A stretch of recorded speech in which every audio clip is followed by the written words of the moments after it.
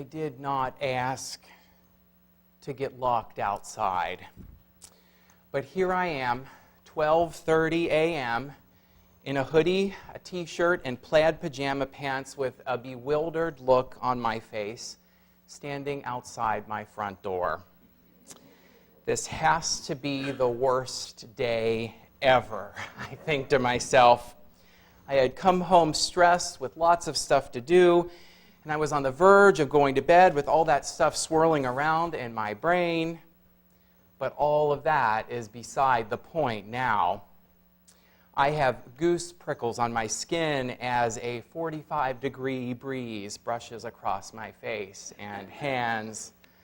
A porch light hums overhead almost inaudibly.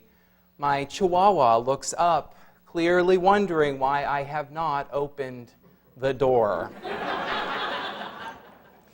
He starts to dance around nervously, and I want to do the same, mostly in order to keep warm. Here's the funny thing. It's not locked. The deadbolt is disengaged, but the doorknob is jammed. It simply won't turn.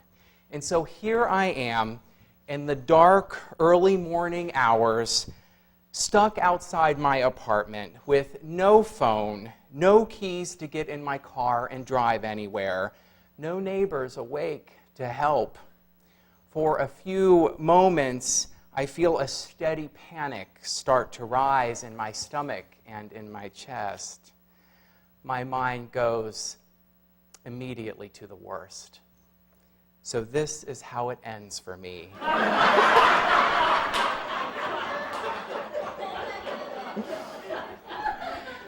Stuck just inches from my warm living room. How ironic is that? I try to hold it together.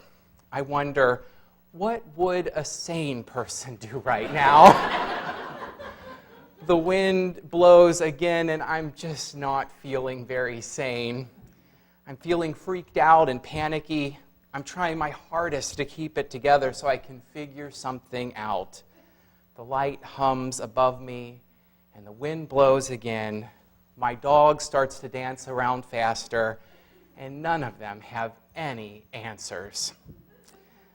I will tell you in a little bit what happened to my dog and I. But if I were going to frame this fragment of my experience of being stranded outside with no clue what to do, I might well use a line from the poet Ellen Bass. She starts her poem, Relax, with what might be one of the truest things you will hear all day. Bad things are going to happen, she writes. The rest of the poem goes like this.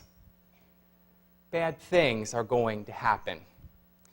Your tomatoes will grow a fungus and your cat will get run over. Someone will leave the bag with the ice cream melting in the car and throw your blue cashmere sweater in the dryer. Your husband will sleep with a girl your daughter's age, or your wife will leave you for the woman next door. The other cat, the one you never really liked, will contract a disease that requires you to pry open its feverish mouth every 4 hours. Your parents will die. No matter how many vitamins you take, how much Pilates you do, you'll lose your keys, your hair, and your memory. If your daughter doesn't plug her heart into every live socket that she passes, you'll come home to find your son has emptied the refrigerator, dragged it to the curb, and called the used appliance store for a pickup. Drug money. There's a Buddhist story of a woman chased by a tiger. When she comes to a cliff, she sees a sturdy vine and she climbs halfway down. But there's also a tiger below. And 2 mice, one white, one black, scurry out and begin to gnaw on that vine. At this point, she notices a wild strawberry growing from a crevice. She looks up and down at the mice. Then she eats the strawberry. So here's the view, the breeze, the pulse in your throat. Your wallet will be stolen. You'll get fat, slip on the bathroom tiles of a foreign hotel, and crack your hip. You'll be lonely. Oh, taste how sweet and tart the red juice is. Taste how the tiny seeds crunch between your teeth. So ends her poem. What I so like about this poem is that it says that the bad cannot always be separated out from the good. Sometimes the good emerges from within the context of what we would call the bad. Sometimes the dividing line between the two is unstable, is not at all clear. It's not a one-way thing either. We don't always find the strawberry seeds within the bad. Sometimes we find the tigers and the cliffs and the gnawing mice within the good. Here is a story that I heard recently that gets at this point. There was a man who had become a new father.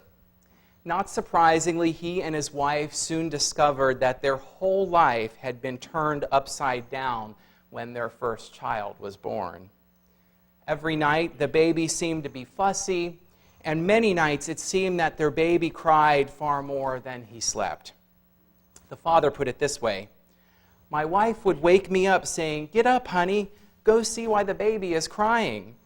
And as a result, he found himself suffering from severe sleep deprivation."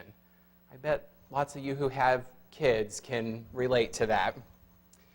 While complaining one day to his co-workers about this problem, one of his colleagues suggested a book on infant massage. The man immediately went in search of the book, and that night he tried the technique, gently rubbing the baby's back, arms, head, and legs until the baby was completely relaxed and obviously had fallen into a deep sleep.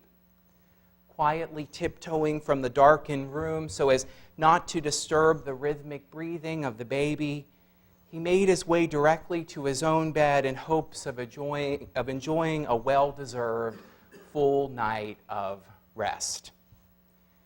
It wasn't to be so. In the middle of the night, his wife awoke him in a panic. "Get up, honey," she said as she jostled him awake. "Go see why the baby is not crying."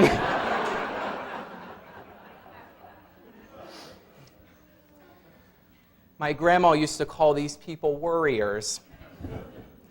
Even when things go well, they worry, they fret, they fume. They worry that something bad will happen.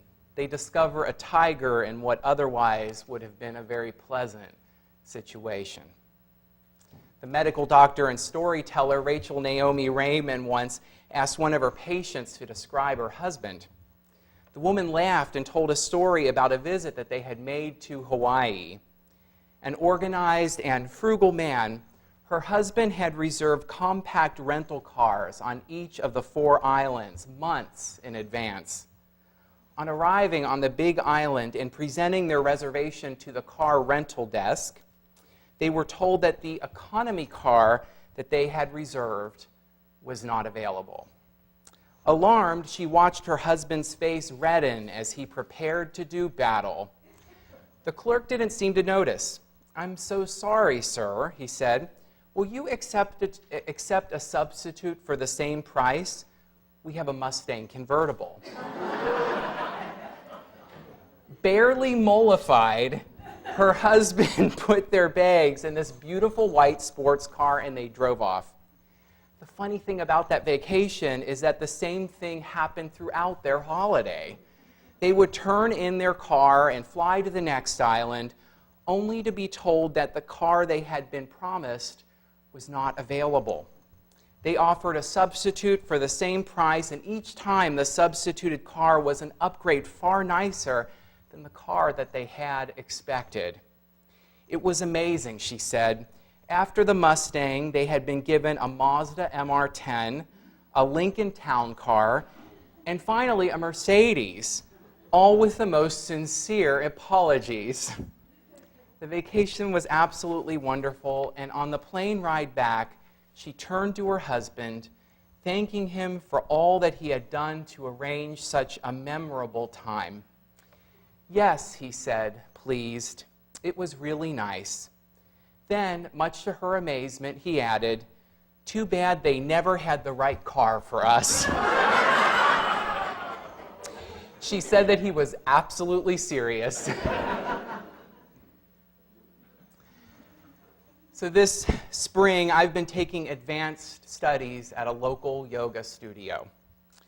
I have not yet discovered any bad in it. It has been a real joy to be with this group of people every other week for a few hours.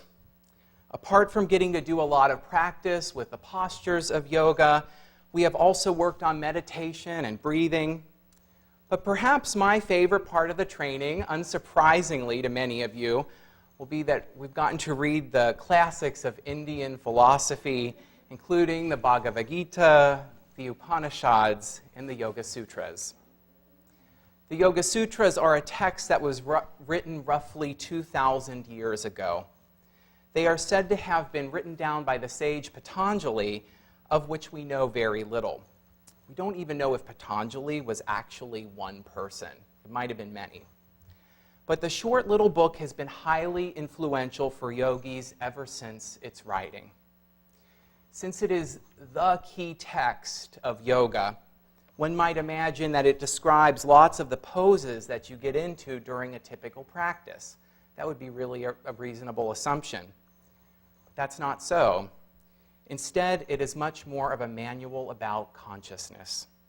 It's about overcoming poisonous habits of thought and finding greater equanimity in life. It's been a real gift to get to explore this book. I even feel a little bit justified by our Unitarian heritage in doing so, because Emerson, after all, once said, "I am a yogi at heart." The Yoga Sutras describe 5 habits of thought that lead to suffering. These are called the 5 kleshas, but here I will describe just 3 of them. First, grasping or desire is the self's experience that it will not be happy unless it attains a new object or person. This causes suffering because the more we practice grasping, the more we will refine it as a habit and discover more things that we should grasp. Second, aversion is the opposite. It says we will not be happy unless we get rid of a person or object in our lives. But the more we practice this, the more things we will discover our aversion to. Third, both suffering and aversion, as well as the other 2 kleshas, are rooted in what the Yoga Sutras called avidya. Avidya is roughly translated as ignorance or not knowing. It is not being able to see things as they truly are. It is, for instance, the distortion at the root of thinking that another computer or car will make me happy, or the distortion at the root of the thought that if only this person will leave me alone, then I will be happy. The Yoga Sutras counsel that chronic wanting or hating will not make you happy. They are more likely to make you less satisfied in the long run. Some view the Yoga Sutras and Hinduism more broadly as ascetic, that the only way to follow it is to give up everything and live in the forest. But the sutras themselves do not tell us to do that. Instead, they offer some very practical suggestions for us to find greater happiness. One of the most powerful suggestions is for us to notice that we are not the parts of ourselves that grasp for things or that is averse to things. We are not that part of ourselves. We can begin watching that part of ourselves when those unhealthy habits are triggered. Watch, the sutras say. Just get better at watching yourself, at noticing when these tendencies and these habits of thought begin to boil up in you. The next time you start desiring or hating something, just spend time noticing yourself doing it. The stronger you make that habit of noticing, the less likely you'll get trapped in the distortions of avidya, or ignorance. So I take another cold breath outside. I decide that I need to clear my head before I face down my unworking doorknob again. I walk around my apartment building and take a moment to notice my internal space. I'm able to calm myself down just a little and reassure myself that somewhere there is a solution to this. I finally, more calmly, walk back to my apartment and think to bump my weight pretty hard against the door. I do so, and then I turn the knob, and I hear the latch disengage. It is the sweetest sound, a sweetness I could never have appreciated before that moment. I walk inside, and finally I am able to relax after a very long day. My spiritual companions, I hope that you find the sweetness of being able to relax. Amen. I love you, and blessings on your journey.